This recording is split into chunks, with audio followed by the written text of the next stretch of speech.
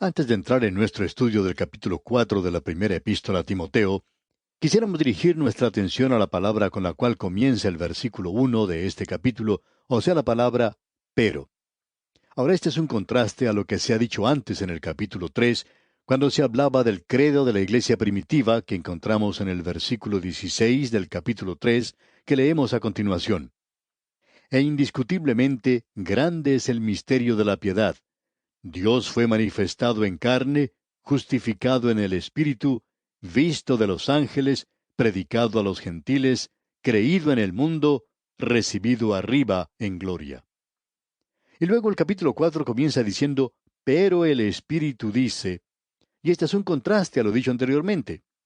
En el versículo 16 del capítulo 3 tenemos ese gran credo de la Iglesia, sobre el cual tuvimos que pasar bastante rápido en nuestro programa anterior, y al cual quisiéramos regresar para recalcar algunas cosas. Allí dice, Dios fue manifestado en carne, justificado en el Espíritu. Tenemos aquí, según creemos, la enseñanza del apóstol Pablo en cuanto al nacimiento virginal de nuestro Señor Jesucristo. También nos habla de la existencia de Jesucristo antes de su encarnación y que era espiritual, por supuesto.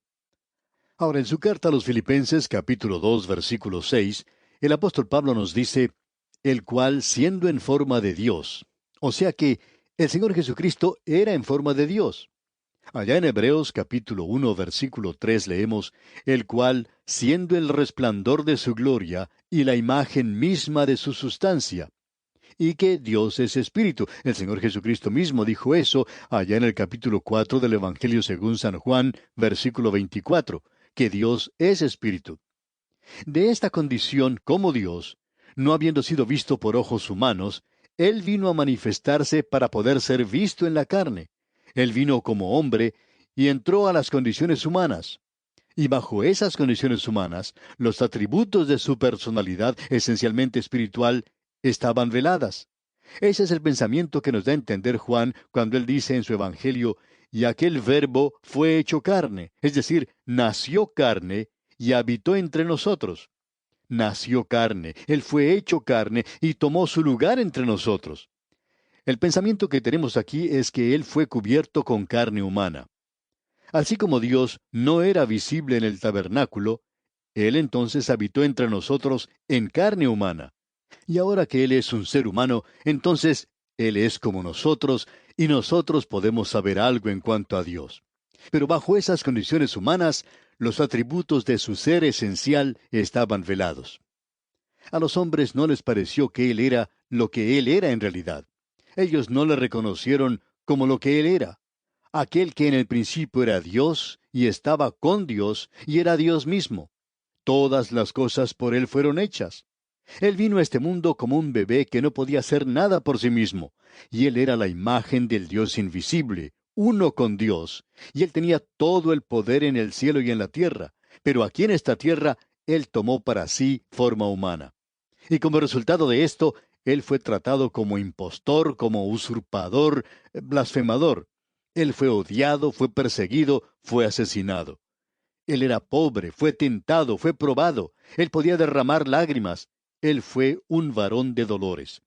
Y en todo esto, Él no fue justificado en la carne, como podemos apreciar. Él salió de la esfera de su ser espiritual y bajó a esta tierra. Y estando aquí abajo, Él tomó un lugar humilde. Pero ahora, como dice aquí, Él fue manifestado en carne. Así es como le vio el mundo, pero justificado en el Espíritu. Hubo oportunidades cuando su gloria resplandeció aquí. Hubo revelación y expresiones de testimonio de quién era Él verdaderamente cuando estuvo en esta tierra. Él fue visto y su nacimiento fue virginal en la presencia de los ángeles allí. Fue visto en su bautismo, en su transfiguración y en la oportunidad cuando los hombres llegaron a arrestarle. Y aun las cosas que sucedieron en su crucifixión, que causaron que el centurión dijera, verdaderamente, este hombre era hijo de Dios. Pero fue cuando Él regresó de entre los muertos que podemos verle a Él justificado. Y ahora Él ha regresado a la diestra de Dios. Ningún enemigo puede tocarle desde ahora en adelante. Él no volverá a ser deshonrado y nadie en su presencia podrá hacer eso de nuevo, porque Él vino a este mundo y el hecho de que Él ha regresado al cielo significa nuestra justificación. porque aquí Él fue entregado por nuestras ofensas. Él estaba ocupando nuestro lugar como pecador. Ahora Él nos da un lugar allá arriba y nosotros somos justificados. Y ahora Él es justificado por el Espíritu en la gloria. ¡Cuán maravilloso es todo esto, amigo oyente! Ahora, en contraste a todo esto, tenemos lo que dice aquí el primer versículo del capítulo 4. Leamos. Pero el Espíritu dice claramente que en los postreros tiempos algunos apostatarán de la fe, escuchando espíritus engañadores y a doctrinas de demonios. Ya hemos mencionado en nuestras notas que los postreros tiempos se refieren aquí a los últimos días de la Iglesia sobre esta tierra. Deseamos decirle, amigo oyente, que queremos cambiar eso porque creemos que esa expresión de en los postreros tiempos y los postreros días que se mencionan aquí en la segunda epístola a Timoteo capítulo 3 versículo 1, creemos, como decimos, que esos últimos días tienen que ver con aquello que seguiría inmediatamente en la vida del apóstol Pablo. Porque usted puede ver, amigo oyente, que cuando él estaba en Éfeso, él les había advertido que llegarían lobos vestidos con pieles de cordero e iban a engañar a los creyentes y que la apostasía comenzaría en esa época. Juan podía decir, ya hay muchos anticristos, y el error ya había entrado en la iglesia. Y encontramos muchas de las iglesias primitivas que se habían volcado a la herejía. La primera gran iglesia era la iglesia cóptica en África, que estaba muy adelantada a las demás. África del Norte ha producido algunos de los principales santos de la iglesia primitiva. San Agustín vino de allí. Tertuliano también vino de ese lugar. Anastasio vino de esa zona y muchos otros santos de la iglesia primitiva.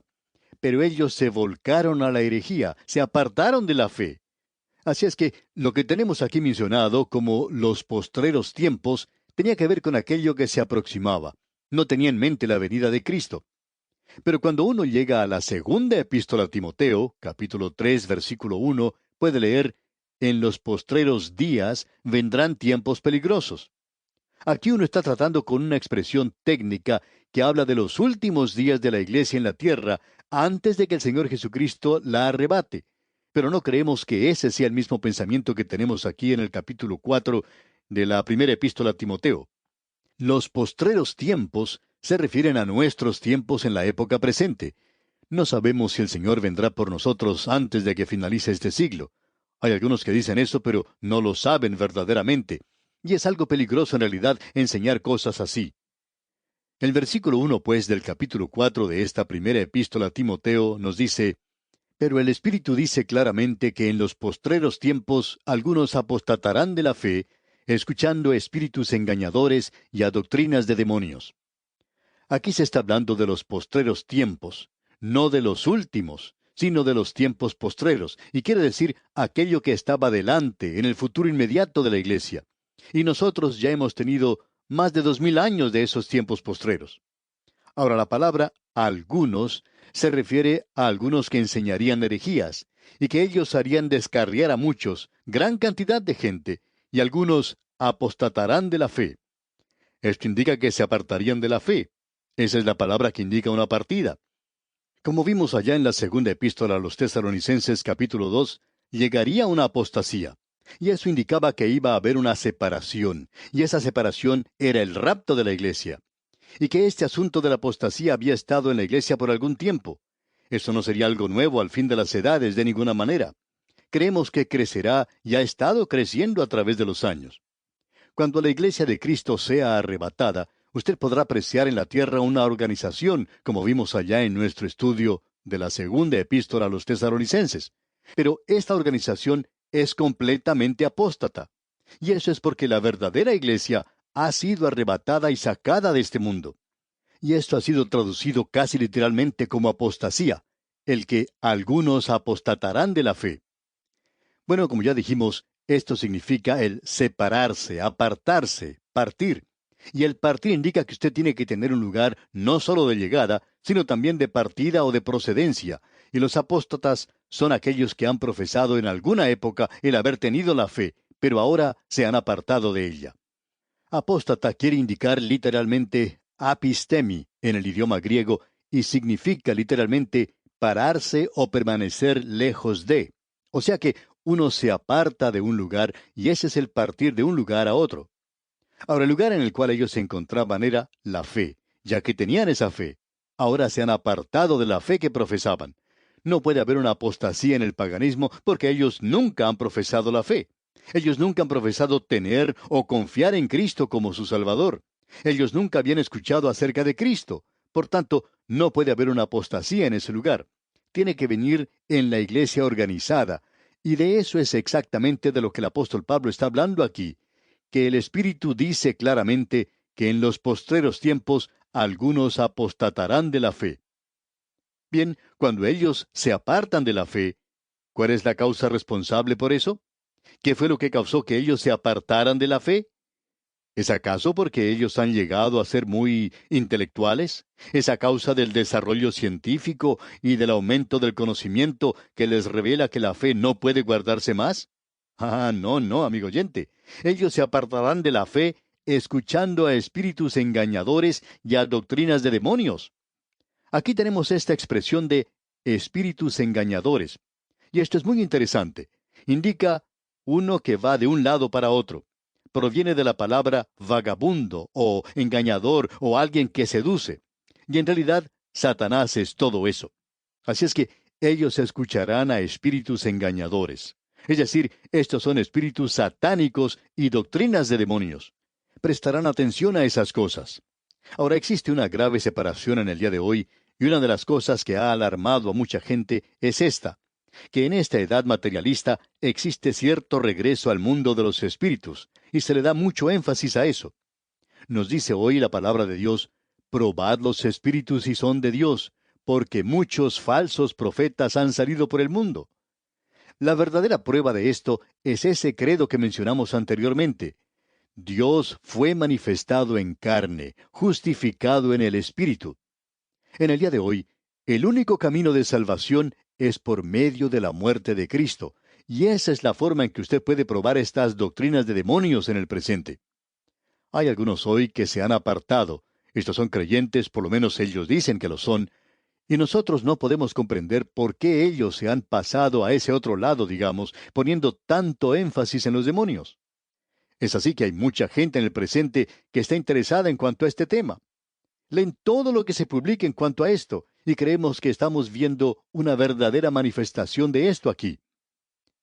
En cierta ocasión una señora contaba, preocupada, que donde ella vivía, algunos creyentes se estaban metiendo demasiado en este asunto y dedicaban mucho tiempo hablando de esto. Bueno, amigo oyente, permítanos decirle que lo mejor que usted y yo podemos hacer es evitar vernos involucrados en este tipo de situaciones. Hay algunas personas que se dedican a expulsar demonios. Bueno, mantengamos nuestra distancia de esto porque ya se nos ha advertido en cuanto a estas doctrinas de demonios. Debemos mantenernos apartados de eso y debemos probar a todos por medio de su reconocimiento del hecho de que el Señor Jesucristo es divino, de que Él es Dios manifestado en la carne y que hoy somos justificados por medio de la redención que Él trajo, que Él logró para nosotros en la cruz del Calvario. Ahora lo que ellos hacen se menciona en la primera parte del versículo 2, donde dice, por la hipocresía de mentirosos. Pretenden ser muy piadosos y muy religiosos. Uno llega a tener cierta sospecha de personas que toman una posición demasiado piadosa, tratando de ser super santos, que ellos tienen algo verdaderamente especial. Amigo oyente, si usted tiene la verdad, esta hará que usted sea una persona humilde, porque una de las cosas que usted descubrirá es lo poco que usted sabe verdaderamente. Pensábamos en una época lo poco que conocíamos en cuanto a la Biblia. Pero ahora, amigo oyente, hemos llegado al punto donde nos hemos dado cuenta de lo ignorantes que verdaderamente éramos. Nos consideramos realmente atrevidos al tratar de enseñar la Biblia cuando nos damos cuenta de lo poco que realmente sabemos de ella.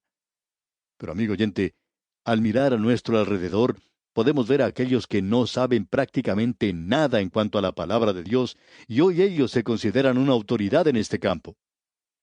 Ahora, en el versículo 2 leemos, por la hipocresía de mentirosos, que teniendo cauterizada la conciencia. Ahora usted recuerda que lo que debe caracterizar a la iglesia visible era la fe, el amor y una buena conciencia, es decir, personas con corazones tiernos. Amigo oyente, hay muchas de estas personas que se han pasado al otro lado, pues están hablando demasiado hoy en cuanto a sexo en la iglesia. Y amigo oyente, se dice cosas que están sucediendo en algunos lugares que hace que nuestro cabello se ponga de punta. Y están diciendo y haciendo cosas. Amigo oyente, no creemos que usted pueda hacer este tipo de cosas a no ser que su conciencia haya sido cauterizada, es decir, si usted se ha apartado de la palabra de Dios. Usted puede ver que es necesario tener una conciencia tierna en la iglesia. La iglesia necesita reconocer lo importante que es esto en el plan y propósito de Dios, y no debería inclinarse a un nivel tan bajo. Es imposible comprar música hoy. No creemos que la música sea celestial en la actualidad, sino más bien infernal. Y amigo oyente, creemos que muchas cosas como estas están ocurriendo en el presente, es decir, que están ya sucediendo por mucho tiempo. Aún en los días del Señor Jesucristo había personas que se habían apartado a cultos y sectas aparte del judaísmo. Por ejemplo, prohibían casarse. Y aquí en el versículo 3 dice, prohibirán casarse y mandarán abstenerse de alimentos que Dios creó para que con acción de gracias participasen de ellos los creyentes y los que han conocido la verdad. Hay aquellos que a veces se quieren meter en dietas, crean ciertas reglas y normas que en realidad no se encuentran en la palabra de Dios. Y aquí leemos, prohibirán casarse. En los días del Señor Jesucristo, por la zona cerca al Mar Muerto, existía un grupo de esenios, como eran llamados, y fue entre ese grupo que se encontró varios manuscritos, es decir, los manuscritos del libro de Isaías, que fueron llamados los manuscritos del Mar Muerto. Allí fueron encontrados. Esta gente se encontraba en esos lugares aún en los días del Señor Jesucristo. Y cuando llegó el cristianismo, esta gente se unió a esto. Y aquí leemos, prohibirán casarse. Ellos hacían eso. Y también dice, y mandarán a abstenerse de alimentos.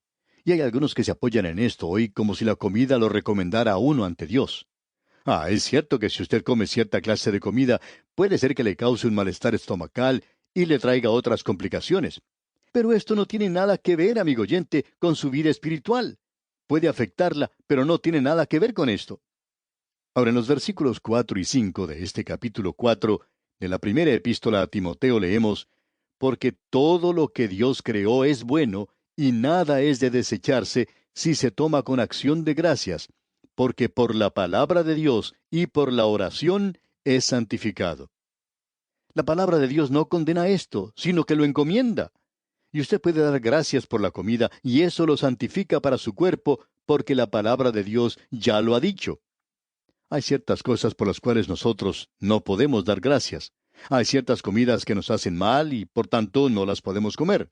Entonces, uno no quiere dar gracias por cosas como esas. Por supuesto que uno no va a dar gracias por cosas que le hacen sentir mal a uno. En ciertos lugares se han dedicado a envasar la carne de la serpiente cascabel y tratan a eso como una comida exótica. Si usted nos llegara a invitar a cenar y nos dice que nos va a servir esa clase de carne, y me pide que yo dé gracias por esa comida, pues, amigo oyente, no creo que yo pueda hacer eso. Tendría que decirle, lo siento mucho, pero yo no puedo dar gracias por algo como eso. Ahora, si se puede tomar con acción de gracias, entonces, amigo oyente, siga adelante y cómalo. Cualquier cosa que usted pueda comer, cómala. Esa acción está perfectamente bien. Aquí pues tenemos un pasaje realmente maravilloso en las Escrituras, porque aquí podemos apreciar lo que el hombre de Dios hoy, es decir, el siervo de Dios, va a tratar de evitar. Estas son las cosas que él tiene que evitar. Ahora, en el versículo 6 de este capítulo 4 de la primera epístola a Timoteo leemos, si esto enseñas a los hermanos, serás buen ministro de Jesucristo, nutrido con las palabras de la fe y de la buena doctrina que has seguido. Y con esto finalizamos hoy. Hemos tratado de presentar o hacer lo que este pasaje nos está diciendo. Hemos tratado de enseñarle a usted, hermano y amigo que nos escucha, estas cosas mencionadas aquí. Y hacemos esto porque queremos ser buenos siervos, buenos ministros del Señor Jesucristo. Queremos enseñar la palabra de Dios para que pueda alimentarle y edificarle en la fe, para que pueda ser establecido en algo en lo cual usted pueda mantenerse firme, no solo en este mundo, sino para estar ante Él algún día. Nos detenemos pues aquí por hoy y Dios mediante, continuaremos en nuestro próximo programa. Es nuestra oración que el Señor llene su vida del conocimiento de su bendita voluntad.